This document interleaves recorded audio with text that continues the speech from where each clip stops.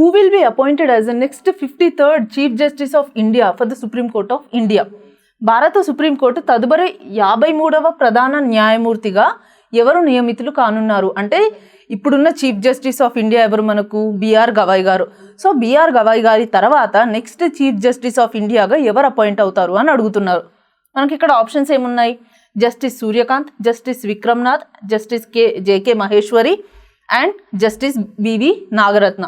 So ఇందులో మనకు correct option వచ్చేసి justice Suryakant.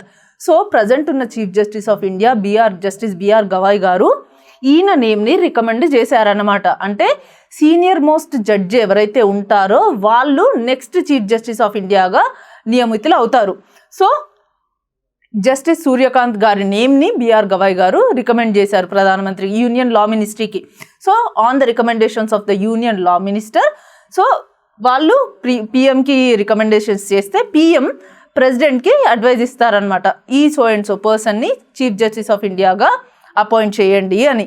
So under a article కింద సిజేఐని అపాయింట్ చేస్తారు? ఆర్టికల్ 124 ఆఫ్ క్లాస్ 2 ప్రకారంగా ఈ చీఫ్ జస్టిస్ ఆఫ్ ఇండియాని ప్రెసిడెంట్ అపాయింట్ చేయడం జరుగుతుంది.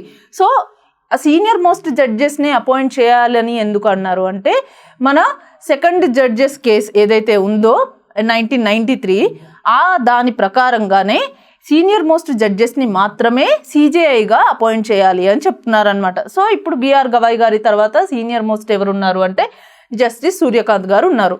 సో వీళ్ళు ముగ్గురు కూడా justice Vikramnath, justice JK Maheshwari and justice BV Nagarathna, వీళ్ళు ముగ్గురు కూడా సుప్రీంకోర్టులో జడ్జెస్ అనమాట. సో ఇది మన సిజేఐ అపాయింట్మెంట్ గురించి. అండ్ ఈయన ఇప్పుడు మనకి 53rd సిజేఐ కాబోతున్నారు.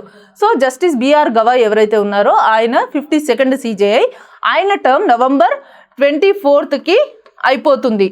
సో ఆయన టర్మ్ November 24కి అయిపోగానే ఈ పర్సన్ జస్టిస్ సూర్యకాంత్ గారు ఎవరైతే ఉన్నారో ఆయనని అపాయింట్ చేస్తారు. ఆయన February 9th, 2027 వరకు ఉంటారు. November 24th నుంచి February 9th, 2027 వరకు జస్టిస్ సూర్యకాంత్ గారు చీఫ్ జస్టిస్ ఆఫ్ ఇండియాగా ఉంటారన్నమాట. సో ఇది ఆయన టర్మ్.